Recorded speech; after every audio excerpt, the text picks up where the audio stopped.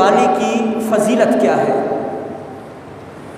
नबी करीम सल्लल्लाहु अलैहि वसल्लम की हदीस मुबारका है कि अल्लाह रब्बुल आलमीन को अय्याम नहर में, ये जो कुर्बानी के अय्याम है, इन अय्याम में अल्लाह रब्बुल आलमीन को सबसे ज़्यादा महबूब और पसंदीदा अमल जानवर का खून बहाया जाना है। सबसे ज़्यादा महबूब और पसंदीदा अमल इन अय्याम कुर्बानी में, अय्याम नहर में अल्लाह रब्बुल आलमीन का महबूब तरीन अमल है। ये कुर्बानी की पहली फजीलत है।